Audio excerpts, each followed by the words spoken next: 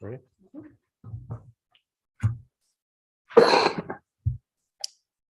Good evening. I'd like to call this regular meeting of April the 4th, 2023 to order.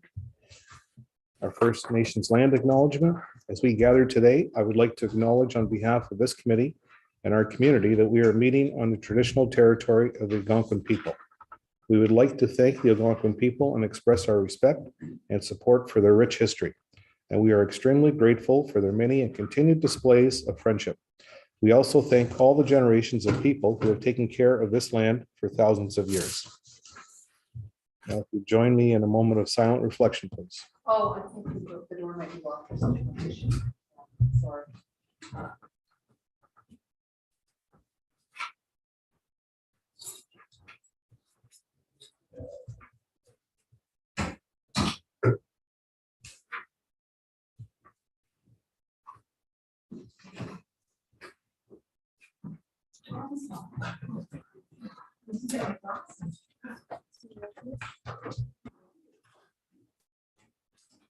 Does any member of council have any pecuniary financial interest to declare? Haven't seen none. We'd like to welcome our delegation. Tricia, would you like to introduce your group and proceed? May I do that? You certainly may. Thank you very much. I'm coming back home here to be here tonight, so I'm really pleased to be here. And I would like to introduce Tricia Delorier, the CEO of Valley Manor, Stacey McDonald, the manager of HR, Resources and Finance, and Steve McCann, who is the vice chair of the board. We're here tonight to give you an update on the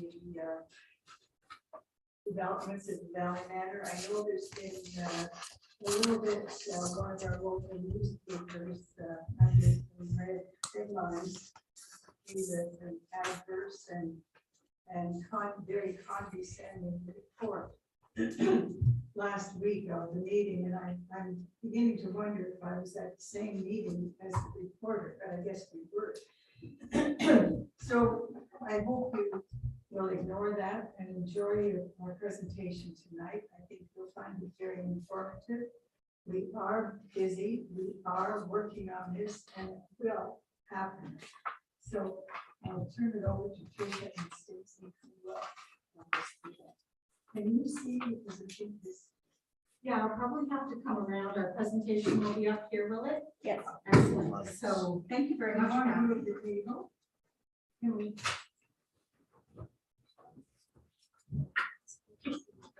Sure. Off to a good start locking myself out. Now I'm moving the furniture. Yeah. Thank you so much. Now, Tricia, do you want to take questions as you go, or would you like to go through your presentation? I'll go through the presentation first and then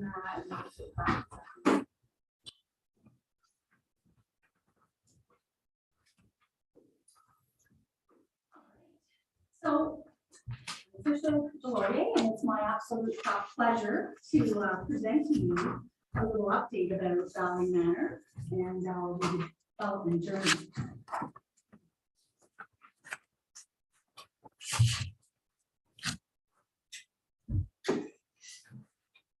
So whoever's doing the slides, thank you so much. So I'm going to start the presentation off with a few of the key milestones of what we've been doing at Valley Manor in terms of the redevelopment and where we plan on going.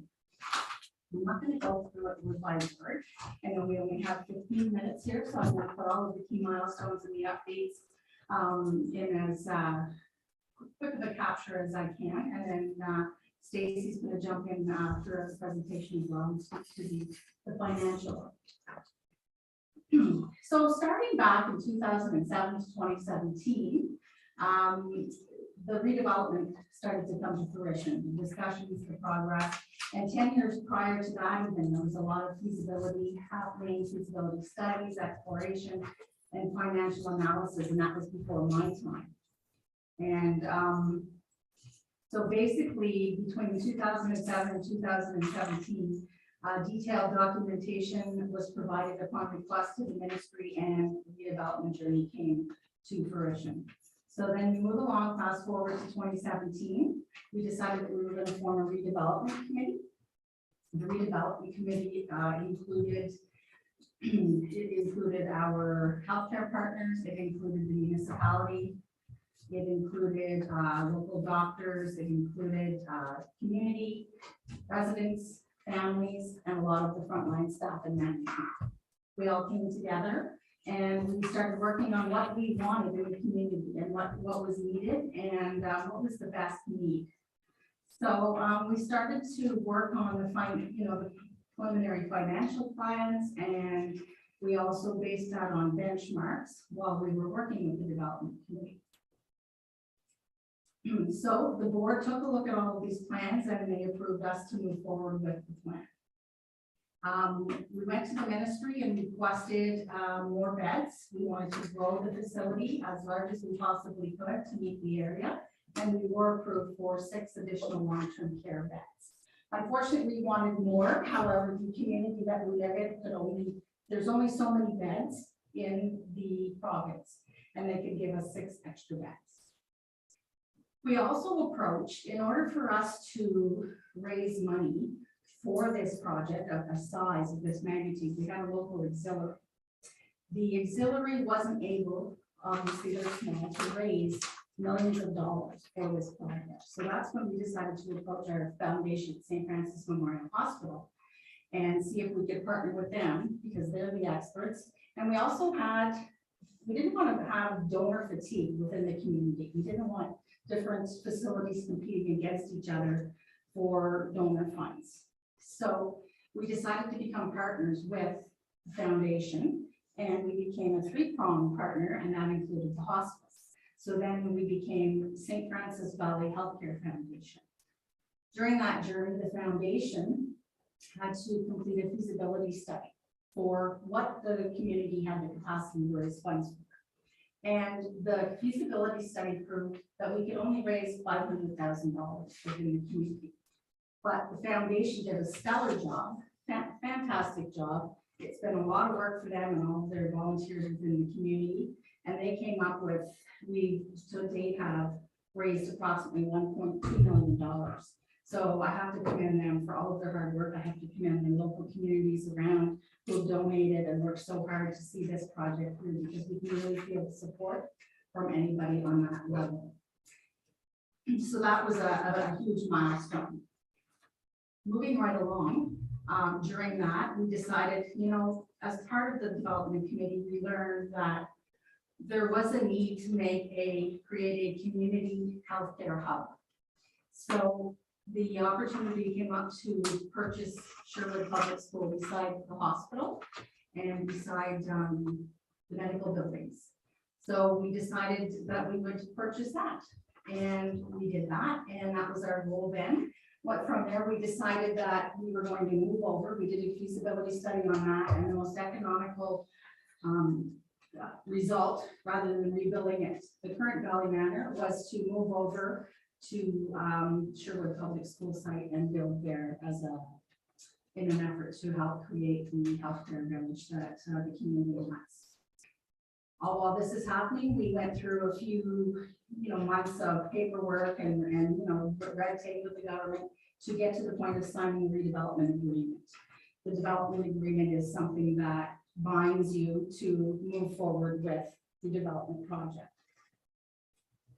Okay, so then after we signed the redevelopment agreement, we decided we were going to hire our architects, get ourselves a project manager, and this is where we ended up going through all of the processes and interviews and the bids, and we obtained Hoban architects from Ottawa, and we also have a project manager from Players Project Leaders, and they've been working alongside us throughout the entire project. So from that point on, we just moved right along. We did formal studies and analysis, which went through, the costs, stakeholder engagements in the community. We brought in the ministry, and they had some formal meetings with the community to discuss the reasoning why behind the 6 beds, to see if there was any objection to Valley Manor building over beside the hospital. And we were well on our way. We can move on to the next slide. So moving right along to 2018, we completed the master plan with the development team and finalized recommendations regarding the renovations and the construction on the site location. We also took advantage of in order for us to put more money aside for the redevelopment project, we took advantage of the capital mortgaging housing to pay off our mortgage. That was a huge milestone. So we took our investments and we paid off $1.2 million of the existing mortgage, which we are now free of debt. And we are squirreling that money away towards the redevelopment project. We approached the county because we thought maybe we would get some county assistance to help us to contribute to the project. However, the county, has a commitment to 2 homes already currently. That's Pointer Manor and Miramichi, and they did not feel that it was advantageous to take on a third. But we wanted to turn over every stone and make sure that we were checking the boxes to make sure that anyhow it wasn't approved, but we definitely did try. We ended up doing another cost savings analysis from that point and doing an engineering exercise to ensure that we were bringing the price of the project down to as low as we possibly could. And we were well on our way to redevelopment. The working drawings were finally complete and they were ready to be submitted to the ministry. The fundraising campaign was complete, and at that point, we had raised the $1.2 million, and I should say the foundation can't take the credit for that. So then we applied to the Infrastructure Ontario Loan Program, but we remained out of reach with the financing. So we had to go back to the drawing board, hit some hurdles, and back to work we went. We thought, we looked at many different avenues for financing, and we also applied for a loan with the Ontario Financing Authority because they're very influential with providing hospitals with loans. However, they don't provide loans to long-term care homes. So back to the drawing board again. We've been working hard behind the scenes trying to get this project to fruition, come to fruition. So here we are, the plan's ready to go. Everything's been done. The teams are all finished working on it, and lo and behold, we're in a pandemic. So the pandemic put the project, we were still working in the background on the project, but the pandemic put it over here to the side, and we had to keep the pandemic at top of mind. During the pandemic, we actually kept working behind the scenes, and we updated the business plan and the financing deal with our project managers. And at that point, we realized that the project had escalated at that point up to about $30 million from 27. So we weren't in that bad a shape at that point. Then we moved forward during that process, and we also planned to demolish Sherwood Public School. So during the pandemic, we had Sherwood Public School demolished in the fall of 2021. And all while we were doing that, we were approached by the hospital, St. Francis Memorial Hospital, to work with us on purchasing land, another 25 acres of land around the hospital and around where the new Valley Manor is going to be located. And that came to fruition, and we now own the current land we're on, plus the additional 25 acres in order to meet the dream of having a healthcare village. So we're paving the way. We don't want to be landlocked, and the municipality Madawaska Valley worked with us on that project as well, because part of that land we want to have an emergency exit road, so it will be put in there as well as part of the agreement. So while that finished, we're back at the drawing board. Pandemic's coming to a close, and we do an update cost analysis on the project, and due to supply chain issues, the pandemic, construction costs, everything that goes along with it, obviously inflation, the project has now escalated to $50 million. Go on to the next slide. So we're still working very hard. We've done a few press in January. We had MPT John McCarthy with us, and we had John Jordan, who is the senior executive assistant to the Minister of Long-Term Care. And they came to pay us a visit, and they plan on working with us to come up with some unique ideas to try to get this project finalized. I know that we have other projects that people are looking at and comparing, such as the Empire project. They had that completed prior to the pandemic. They were a little bit ahead of us on that. And then now we have these river pools moving forward with their development. And we can't compare, you're not comparing apples to apples with these projects. Deep River is connected to a hospital. We're a not-for-profit standalone home out here on our own, and we're really having our own struggles of, of our own nature. So I just wanted you to all keep that in mind. So the goal right now is to finalize our funding. We only have to get our projects back to the ministry for final approval, and then we're going to tender. And that timeline would be in 2024, probably towards the end. The goal is to start construction. That will take about 18 to 24 months. And then in 2025, we'd like to do the pre-occupancy. And that would be obviously towards the end of 2025. And have the residents in and admit all the new residents from Valley. So with that being said, I know that's an ambitious goal. Just for the next slide, please.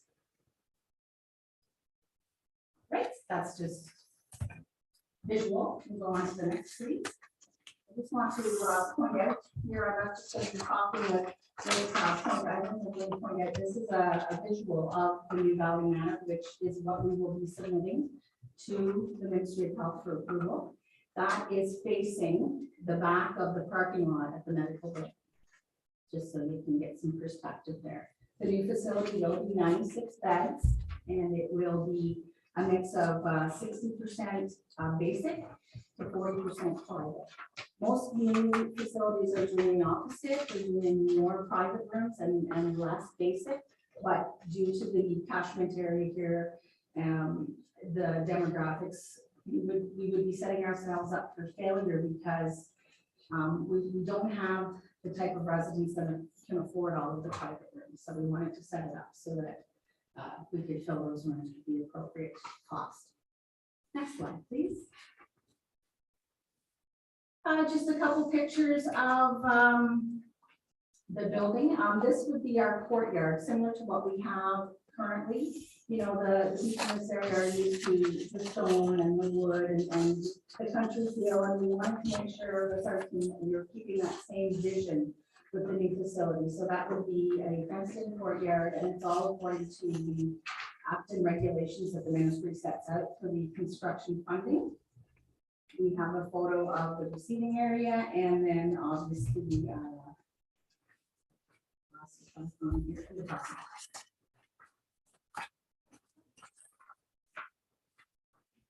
so I just wanted to bring your attention to the fact that COVID has really changed a number of areas. Even though we do have, when it comes to the design, even though we really have a good solid design, and our team and our partners have worked well on this design, COVID presented a lot of challenges, which made us all go back to the drawing board, which has also escalated the cost on areas to look at in terms of infection control.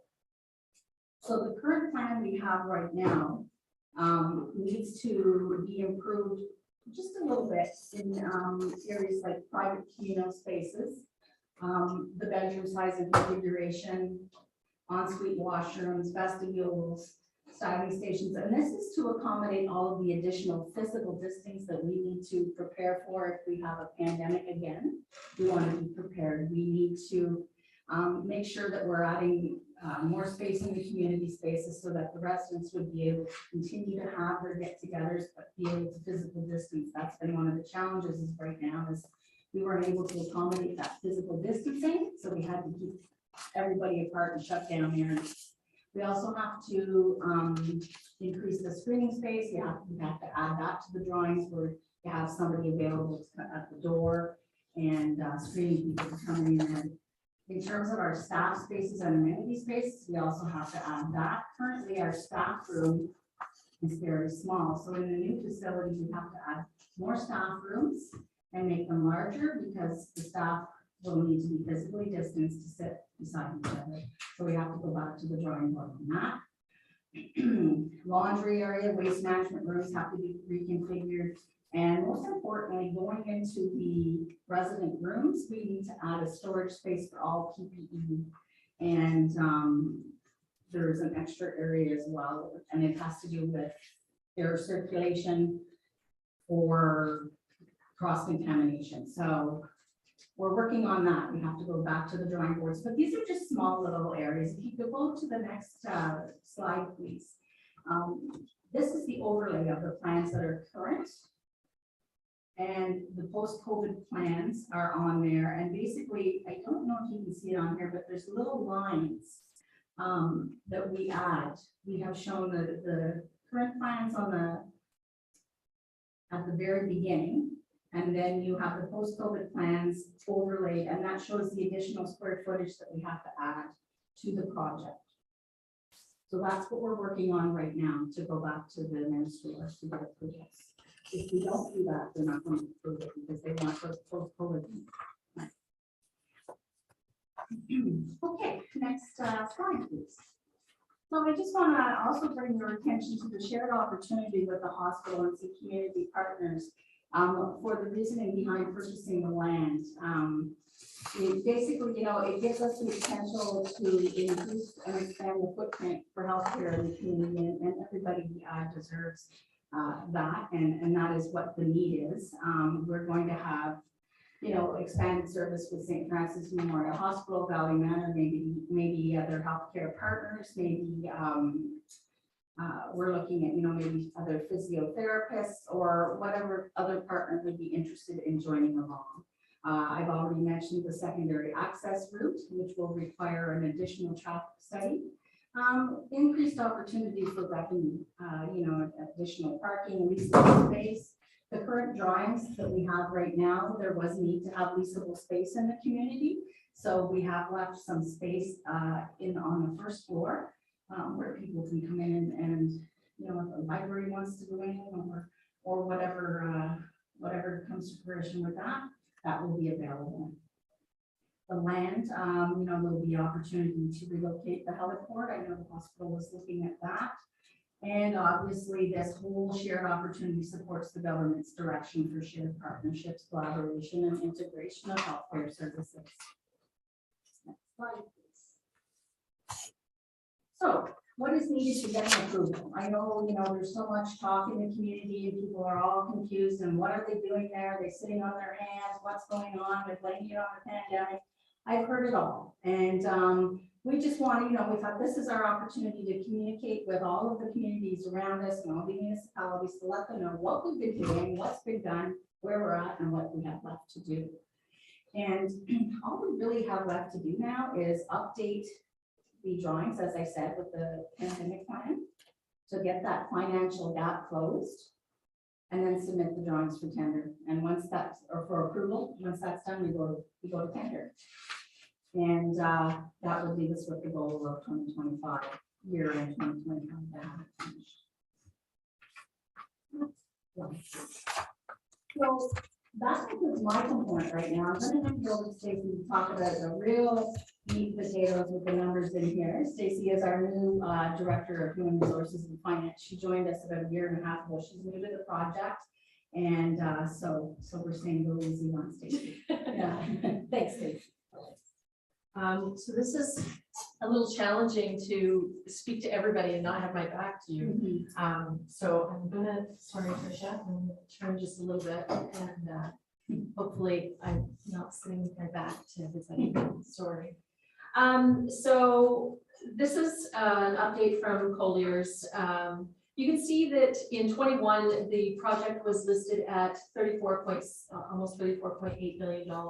In 22, they did another cost analysis and figured that it was about $48.8 million. That's a substantial increase. We have also had, when funding was announced, we went back to them in November of 22, and they had said to us that this is still an accurate number in November of 22.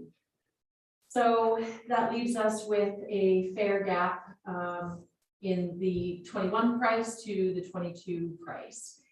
as Tricia had said, the foundation has raised more than double what they they thought in the feasibility study that they were going to raise. So they raised $1.2 million, and they thought from the feasibility study that they were going to be able to raise 500,000. So that's thanks to all the people in this community. Any questions that you may have about fundraising, we can certainly pass those questions along to the foundation as well, for them to answer the questions. They're the ones that do all of that legwork for us. So the challenges that we run into with respect to the project are community involvement is required to participate, to move forward with this. So Valley Manor is required to raise 10% of the project total.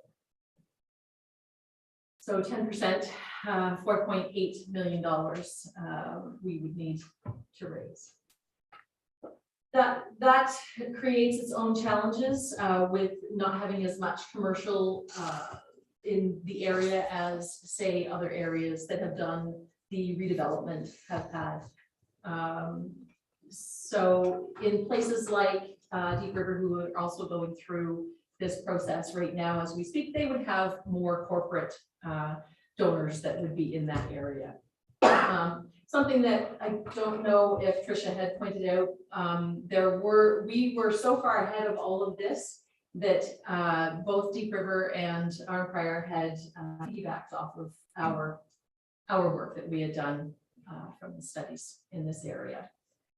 The challenges that we have are increased retirement in the area. I think that everybody in the area, we certainly can say that the population even of the employees is higher in, the age of the employees is higher in the manor. We have increased retirement, decreased industry, decreased corporate sponsorship, and we have a smaller catchment area than some of the other places that have gone through this as well. So with Advantage Ontario, Tricia and other CEOs worked with Advantage Ontario to lobby the government for additional funding for us to be able to move forward. This funding was to help us with upfront dollars to be able to help jumpstart the project for us, to give us the funds right at the very start. So one of the things that I will point out is there's a large difference in the contingency fund that you can see there, the allowances, 1.6 to 8.9, the difference. So industry standard for the contingency, that is a broad category. So it is comprised of 3 different sections. So it's design and pricing allowance, escalation allowance, and post-contract contingency. The post-contract contingency is typically around 5 to 10%. So that is higher, but that post-contract contingency is after it's gone out to tender, they expect that there wouldn't be any more than 5 to 10%. It's higher because we haven't gotten to that point where we've put it out to tender yet. So there is some allowances in there. Like Trish is saying, we do have some changes that we have to put in there for PPE and the like. So we met in March or February with John Nikolowski and John Jordan. January and February. And so they've asked us to forge ahead and to try to find unique measures to be able to close the funding gap. So, then started the jump off of let's let everybody know where we are and where we're going and how we think that we're going to get there. So other homes are also working with their municipalities. So we're trying to see if there's any partnerships that we can do. In conclusion, the pandemic certainly slowed us down. It didn't stop us. We still managed to move forward. The project is still going. We've come a long way with the project, and we're open to suggestions. So some of the, I'm going to get you to go ahead. I have 2 slides. Yeah, it's pretty small for you guys to see there. I'm not sure if you guys have an electronic copy of this or if this is, you have, okay, perfect. I don't know how to ever explain it to you. Even on my end, it's small on this. So you can see that In the little chart that's on the printout there, you can see the large urban, mid-size, and rural. We definitely fit in the rural section there. There's a distinct difference between the funding per diem for rural to urban. So there would be certain situations where land would certainly cost more in an urban center than it would here. Hard costs would also be more to bring here than they would be in an urban center as well. Again, this was the result, this funding was the result of the work that Tricia and other CEOs have done with Advantage Ontario to help to get us the upfront funding to proceed with the project.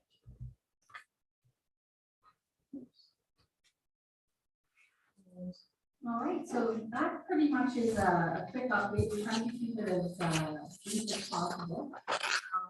This is your opportunity now to ask us questions about our presentation, and we have to take them.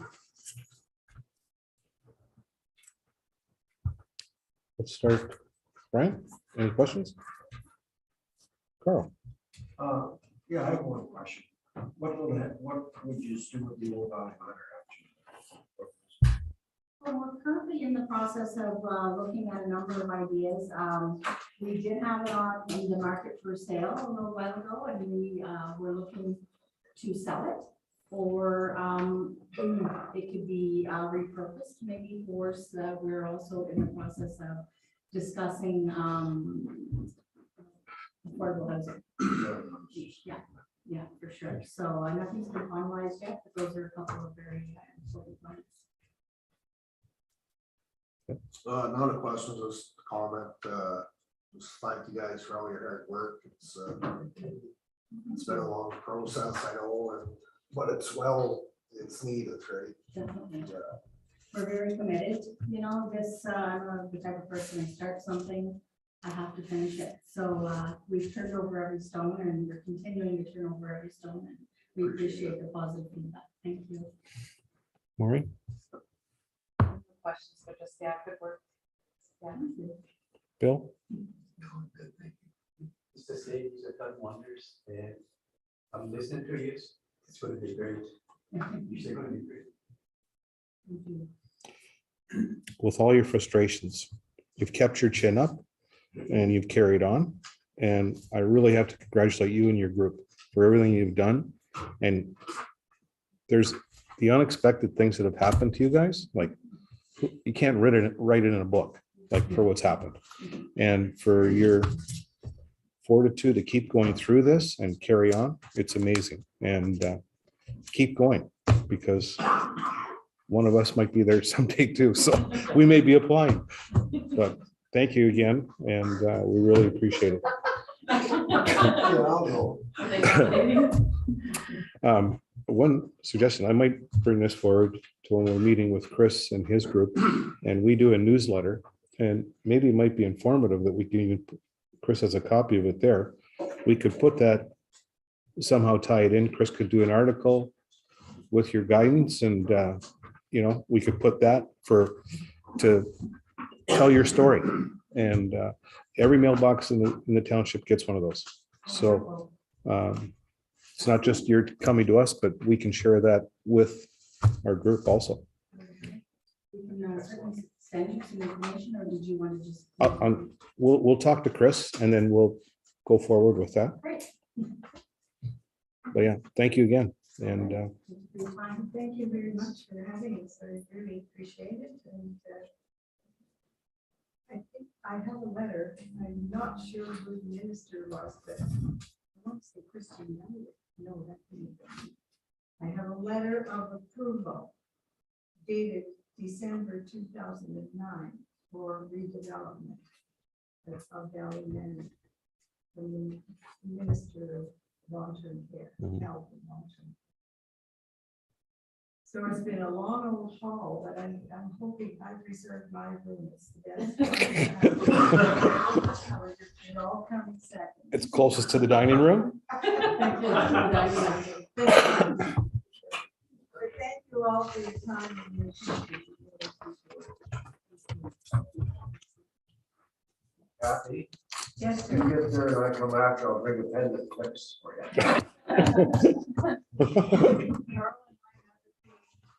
On council, he sat beside certain councilors and fixed his pen all the time. So Carl would take his just to get him. He's been sticking it. Oh. Just for a reason, eh? I think I gave you one that didn't split, didn't I? Probably this one. Anyway, thank you very much, Mr. Mayor and councilors. You're doing a Okay. wonderful job, and I know it's a tough one, and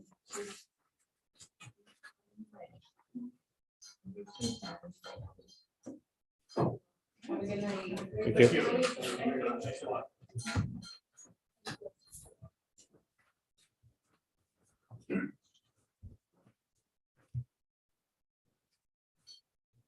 Motion to approve the minutes of the regular council meeting. Moved by Maureen McMillan, second by Harold Levine. Motion to approve the minutes of the regular meeting of council held on March 21st, 2023, open and closed sessions. Any questions or concerns? Just one question I had. And someone had called me, they saw this in the paper. The under Tammy, your report with the remunerations, which was also published in the paper, is that gross or net? Gross. Gross. Okay. Okay, all those in favor? Carried.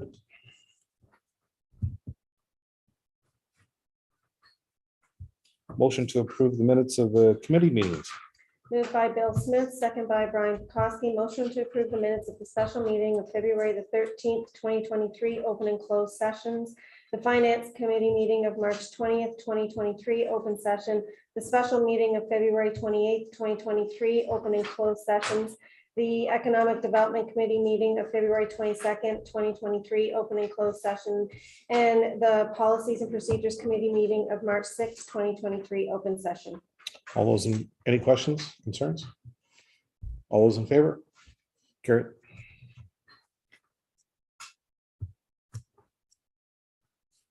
That's it for that group. Okay. Reports. Mr. Neff. Okay.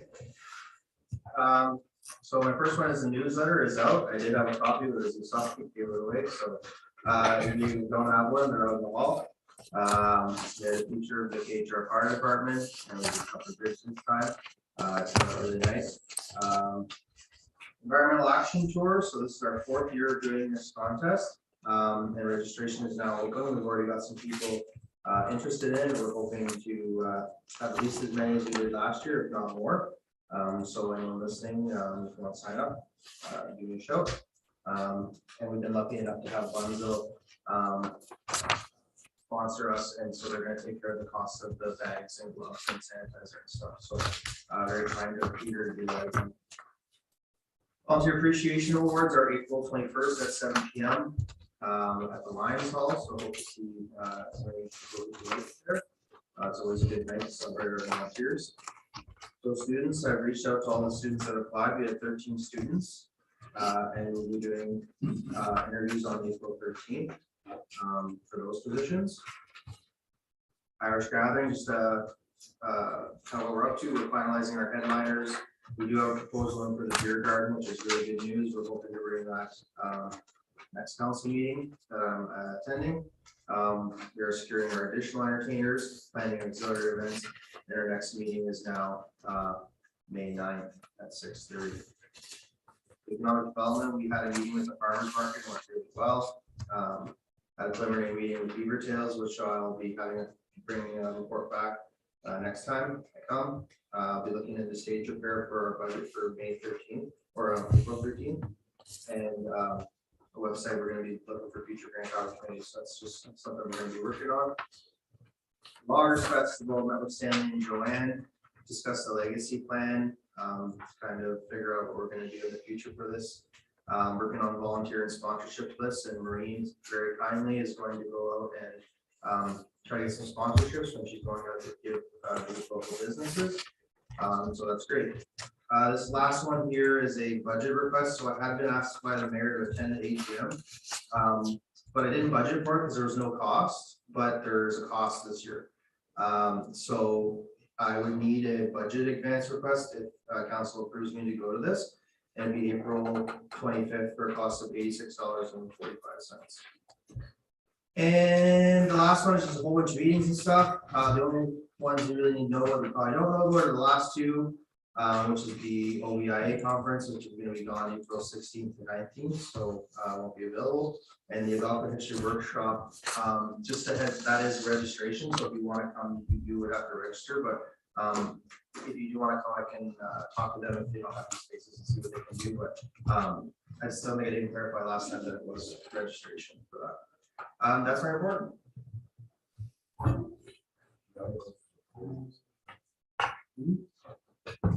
Anybody have any questions or concerns? When is the next Irish Cabinet meeting? Not tomorrow? No, I canceled that one, probably for good reason for the rain, but there just wasn't enough people who could make it. We are working with our auxiliary groups on our, you know, the entertainers and whatnot, and contacting through email. So a lot of that stuff is happening through email. And just with the schedule and everything, that was the closest with myself being on that we could do was May. So we will be doing stuff, but just through email. Sounds good, thank you. We are a member of the OVTA, right? I don't think we're actually a member.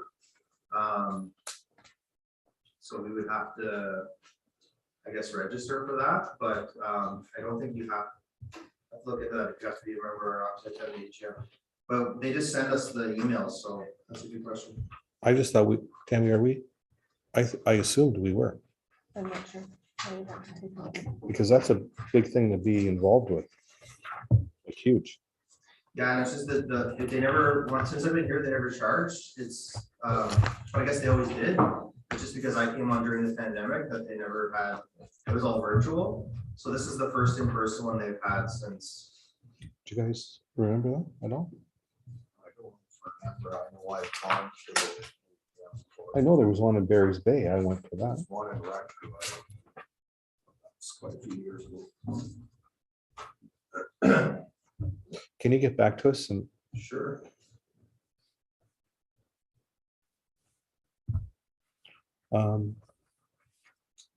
this is sort of a double-edged, the waste site hours for this weekend. We should put those on our Facebook, our website. So we broadcast the hours The hours are on the website for this weekend. for all time. Okay, so Easter weekend's covered, so everyone can read into that. I think it's just something like holidays and weekends. Okay. or- Good.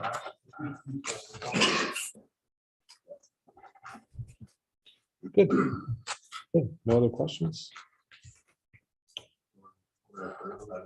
Oh, Yeah. I guess we need to, yeah. I have a motion on the floor, moved by Maureen McMillan, second by Bill Smith, a motion for the Township of Kilda, Hagerty, and Richards to approve the pre-budget request of the Community Development Officer to attend the OVTA AGM at a cost of $86.45. All those in favor? Carried. That's in Hardwood Lake, right? Pardon me? It's in Hardwood Lake. Yeah, at the Maple House.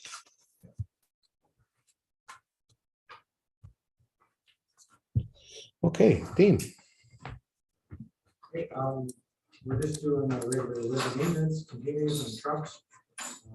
All our, the regular chains for tomorrow on the trucks, potential freezing rain tomorrow, so yeah, all that good stuff going on. Yeah. Continuing with coal patching, road grading, culvert maintenance, equipment upkeep. Trees on Bowling Street has been removed and cleaned up now. Thank you, Mr. Hallway. Comment, that was a great job cleaning up. Yeah, it's The all neighbors there, so all good. No, they were happy. good. We took the chipper up there and all that stuff cleaned up. Met with County of Renfrew there in regards to the 40 kilometer hour line painting. They had no issues with where council wanted the signs put out, the painting put out. So everything was good there. We had to float our loader to Pembroke for repairs. It's either a head gasket or the head gasket or the head is probably gone, but we couldn't do that in-house. 2010, but we had to ship it out to Ajax. We didn't hear back from back on time to visit with another neighbor in the township with Harold and the community there for waste management. So we're just waiting to hear back that, and that's it for my report. Anybody questions? Carl? Dean, I was watching them put gold patch in today. And they have to back up, drive over back up. Can we not get a road backer? Wouldn't that work better or not? Am I wrong or? No, it would work better, but. They'd have to take, Zooming. they'd have to take it on and off. Costly, so. They'd have to take it on and off the truck. Yeah. You lift it off, you lift it on. Takes 2 minutes. I'm just saying, I just watched in front of Pressburg backing up the truck. Every township does that, county does that. Yeah. Everybody. I know, but I think you got a vibrator package. All over the world. You should get it done with too much time. with it. I was watching the class. I did work today. That's what they did with me, Not nice. Does anyone have any other questions? No, it would. No, I'm just saying. There's a resolution for the two roads. Oh, yeah. And there's a resolution also. Moved by Harold Levine, second by Ted Brown. Motion that the Finance Committee is recommending that the Council for the Township of Killaloe, Hagerty, and Richards authorize the Public Works Superintendent to proceed with 2 separate requests for proposals for the following roadway improvements: Hillcrest Avenue at a length of 500 meters and Stone Church Road at a length of 500 meters. Any questions? All those in favor? 1, 2, 3, 6. Okay. Thank you. Have a nice night. And in advance, thank you for making the road safe for us. We'll slide around tomorrow. I'll watch it. I'll watch it. Tammy. Okay, so I placed at your desk my little package, but I just wanted to advise council that our 2022 FIR was submitted by our township auditor, and the Ministry of Municipal Affairs and Housing wish to congratulate our auditor and his team and our municipal staff for being the first municipality in Ontario to submit their 2022 FIR. I provided you also with an email from Jennifer Gruntz from MPAC, which indicates the date she's available for MPAC 101 training. So if you could review and let me know, you don't have to do it tonight, or you can just send me an email just to let me know what dates that you are available so that I can advise. Also too, I've given you a copy of the Ontario East Municipal Conference this year. It's being held at the Ottawa Conference and Event Center from Wednesday, September 6th to Friday, September 8th. And then again, please advise if any council member wishes to attend. And lastly, I provided council with draft versions of the council and staff relations policy, the council code of conduct, and the procedural bylaw. And I'm asking all of council to perform a thorough review and to advise of any errors, omissions, disagreements, and or changes. I put a lot of work into the revisions of that. So if you wouldn't mind, please, again, taking a very extensive review and letting me know if there's anything that you want added, anything you want taken out. If there's duplicates or anything like that, just let me know. When do you want to know by? The next meeting, which is 3 weeks. Yeah, it's the 3-week one, right? Because what we have to do, just explain the process. So everyone looks at it for the next meeting. And then can we vote on it that night, or do we wait another meeting? Okay. Okay, so we have to give her our comments by the 25th. And then the meeting after that, we'll vote on those three packages. Okay. And while everybody has their calendar, can we look at that impact? What day is good, So is that just like the 118 thing? or is it at a council meeting? Up to council. I'm not sure. She's, if it was training, it's more than 15 minutes. So I would advise it probably be a special meeting for training. One day. One date, sorry, yes, one date, yep. So in her memo, she has those dates. April, I don't think is good for us.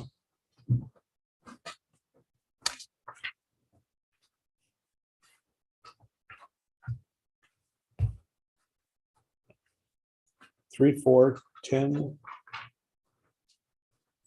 3, 4, 10 in May. That's when she's unavailable. Oh, yeah, right. So 1, 8, 9.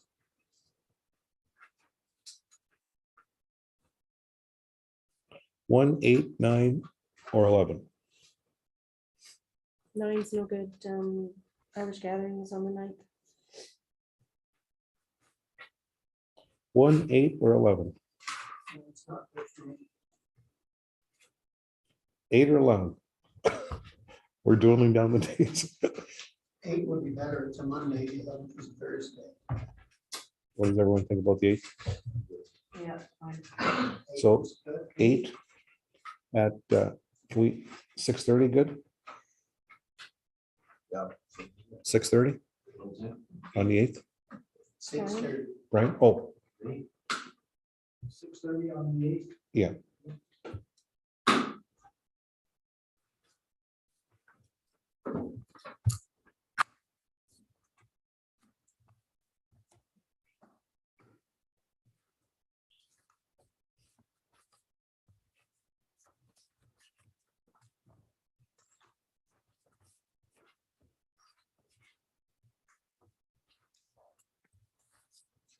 What do you think she'd be doing for all that? What do you think she'd be doing for a full training like that?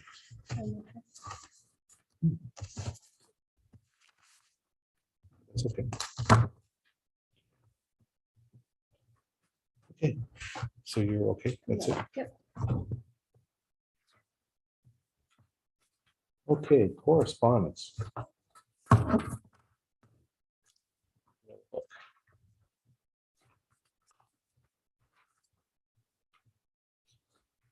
Oh, Town of Essex. File that one.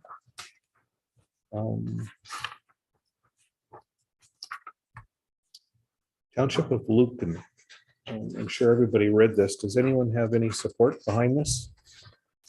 I think it would be a good thing to. support Yeah. this one. What do you guys It's a think? Did you, great state of the- did you read this? Like, it's a good one. So something like this, Tammy, if we all support this, what does that mean? Do we issue something, To a motion to support it? support it. Okay. Oh, Everybody's looking out worrying. I know, I'm just looking at it. Oh, sorry. And also, if council, has an idea, they can give me the heads up and I can prepare one for the Okay. meeting and we can already have it prepared. Okay. We could do that as well. Did you guys heard that? So if we look through them before, we can do that ahead of time. Letter from the township.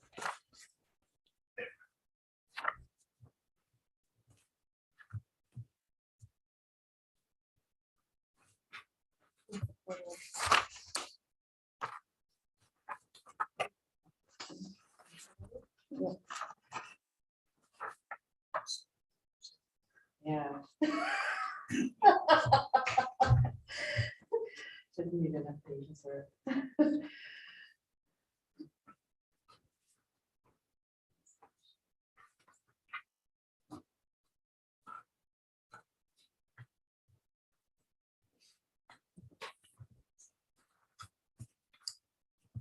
by the way we built, and that was a very good practice. Thank you for your help. But That was great. I just told Billy. Okay. No, Carl said there was a lot of people there. For work. That's awesome. Yeah. Yeah, the mine's raised close to $1,000. Wow.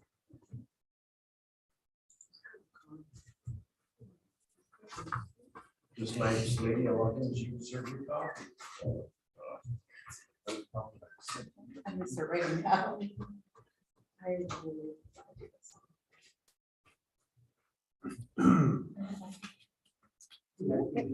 Moved by Maureen McMillan, second by Bill Smith, a motion for the Township of Killu, Hagerty, and Richards in support of the letter from the Township of Luca.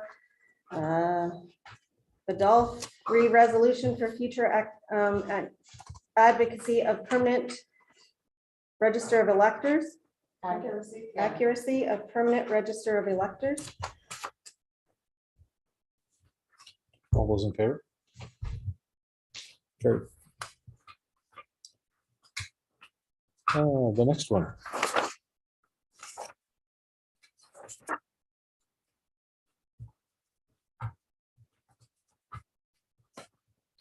I just like to comment on that one. Thanks for not being nice, guys. From the township? Well, I just want to say, No. thanks for being welcoming to a woman sitting here. You have all been great. And when I read that there's so many barriers, I just think that it's really nice to know that you work in a place where there's so Why many is she pointing at you? people who are here. So, Yeah, honestly, I don't see it very no, here. And I never absolutely have since I've not. been on. absolutely not. So I'm very proud and very grateful for that. So that one, we're just gonna say we're supporting, Yeah, but we don't want to. we don't need to do it. I just want to get my cats off. these Okay. guys.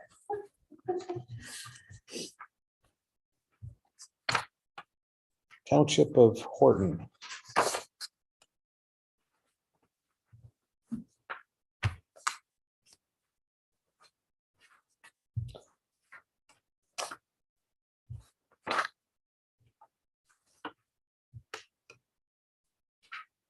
The next one is from the Ministry of Seniors and Accessibility. Does anyone have a candidate they'd like to nominate?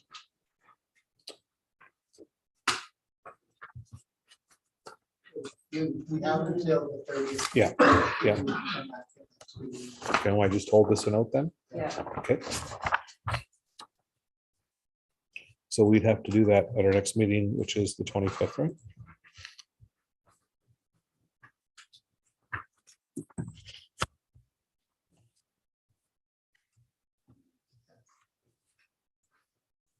And the next one is from Montreal.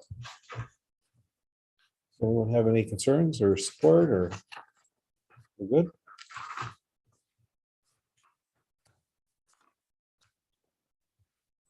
Next one is Enbridge, which really doesn't affect us, does it? Enbridge. At all.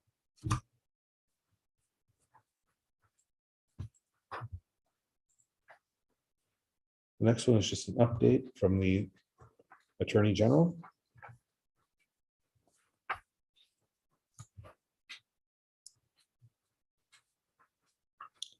The next one is more of information. I'm sure Tyler got this one also, right? The post official plan amendment. Yeah. Yeah. The next one is for a file also, just announcing the permanent funding.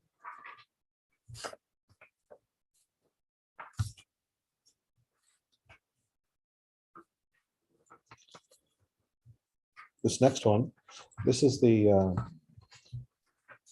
girls that we've talked with, and the one girl was at the Pathway Park. Women, sorry. And so this is their business, strategic planning. She actually isn't, Tammy, didn't she come in here and do the presentation? to the previous council?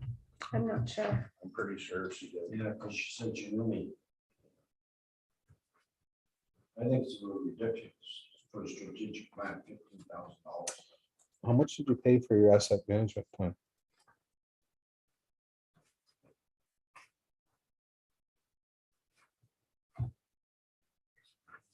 I think you got a grant for it, didn't you?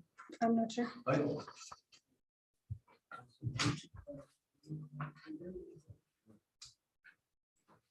I know that we did get grant funding for, but I don't know how much for the asset management plan. Okay, I don't know what the ratio was. I'm just gonna move that to the asset and strategic plan for them to look at with comparatives. The next one, St. Francis for the board of directors. Is anyone interested? In our free time. Yeah. And the next one.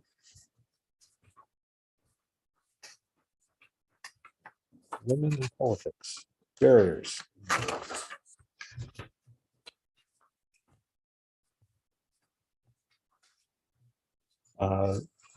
The asset management workshop. I mean, that's the one I talked to you about. That's the one yet that you asked me to put in the correspondence. Yeah. Is that the one that Charlene's going to? Or no one's going to yet? No. Does anyone in council want to go to that meeting? It's at Onshire Valley on Thursday, April 27th. It's in regards to asset management. Any interest? I was not. From 9 till noon. I mean, no. Okay, the next one.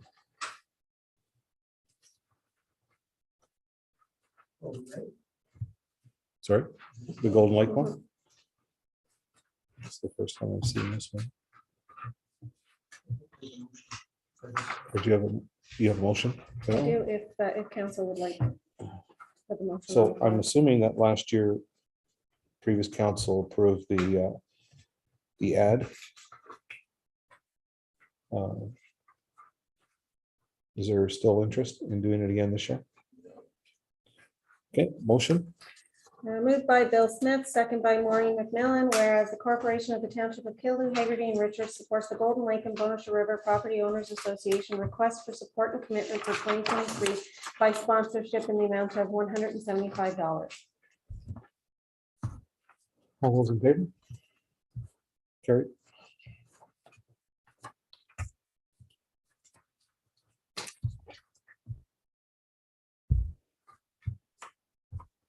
The next one is from County of Renfrew, and so we approve this, and this is information for everyone to look at.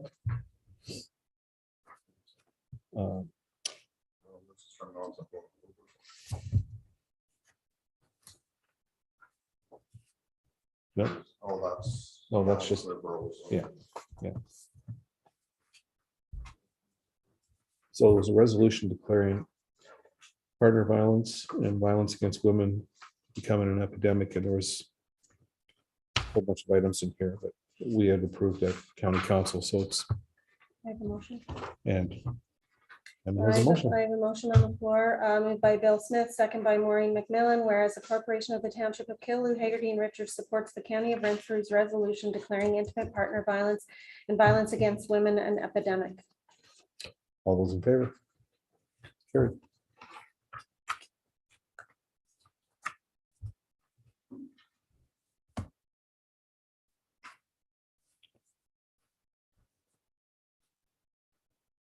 And the next one, for a little recognition for 911 Dispatcher Appreciation Week, April 9th to the 15th.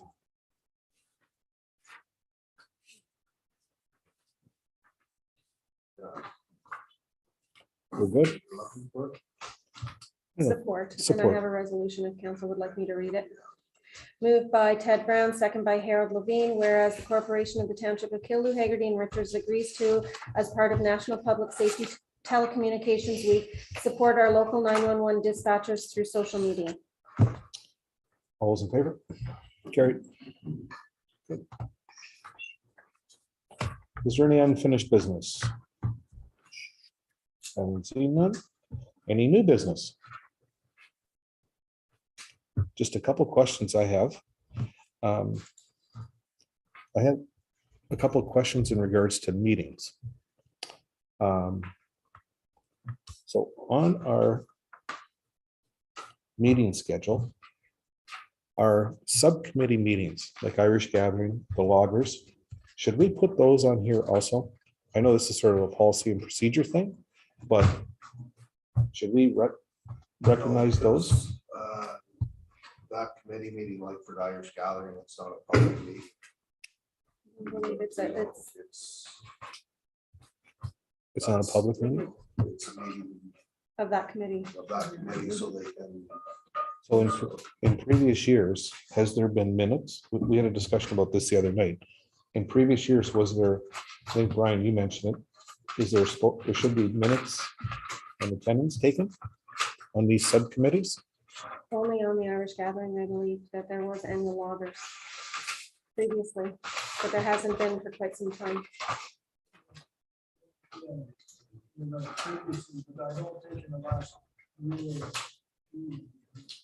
Couple of years, yeah. Should we reinstate that? In doing minutes on those two specific ones, like Irish Gathering and loggers? I think it might be an additional burden on staff to do minutes when staff there, which is being given an action plan by the committee. And there is a counselor there, which leads me to my next question. So then the counselor that's there has to come back and report to us what transpired, as well as the staff member. Okay.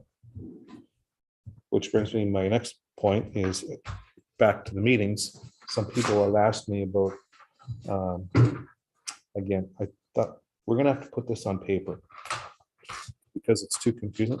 I think, Bill, you were the one who asked me, or Maureen, on these subcommittees. If someone can't make it, like say if Maureen was having her meeting on economic development and she couldn't attend the meeting, but she needed someone to step in, so she asked Brian to step in. So then Brian becomes the chair, let's say. Was that your question? Am I going to the right place? I have no idea where you got yours on. That was my question. I didn't have a question like that. I don't think you replace the person because if you send me and they've got 4 meetings, I have no idea what's going on. So you speak on. Okay, okay. So until there is a question, I'll bring it up at that point. Let's just leave it the way it is right now. How's that? Yeah. Okay. That was easy to settle.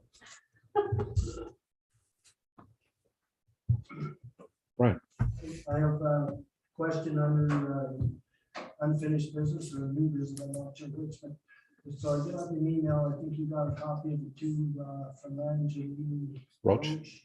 Regarding the paved shoulders on road. It's going to be at the county council On the 15th? and you will be there. No, that's not my committee. You're not going to be present. No. Is there anybody there representing our council? I don't believe so, no. Is it an open meeting? It's an open meeting, yeah. Anybody who wants It's to, only vote? 15 minutes too, so. Yeah, that's all she has for presentation time.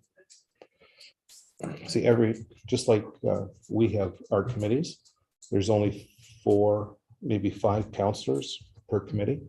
So there's 5 county counselors on that committee, 5 on finance, So etc. that committee brings it to county council? full Right. council then, Yeah. and you will be there? Yeah. So is that when you will be My opinion, putting your? yeah, 2 cents in. there? Yeah. In addition to what I've- You've been fighting for that for quite a few years now. In addition, see, they've already set up their proposals for 2023, 2024, 2025, 2026. And there was extensions, I think we discussed this already, that they had outlined their plan. Some part was supposed to be done this year, and then in 2 years, the rest of it gets done all the way to Foy Parkway.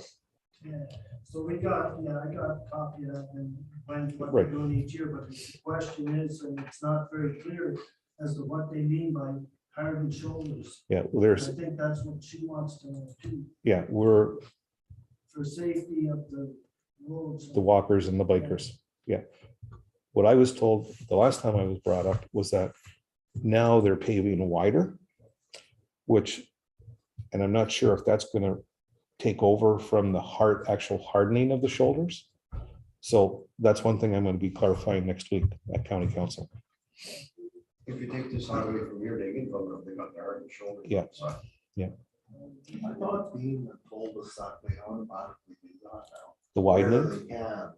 Yeah, but Yeah. they're not clear on what they call them, head and shoulders, is it Yeah. what they did on the Simpson Spit Road? What do they do there? yeah, they blackened There's a them. mile on gravel. Yeah. Oh, yeah, Head and shoulder. So I don't know. yeah. And it's all part of the active transportation thing that all of these roads were supposed to have been done. So. Okay. Anything else? Okay, motion to enter into committee of the whole. Do we have something? Nothing. Nothing. No. No motion. We're going.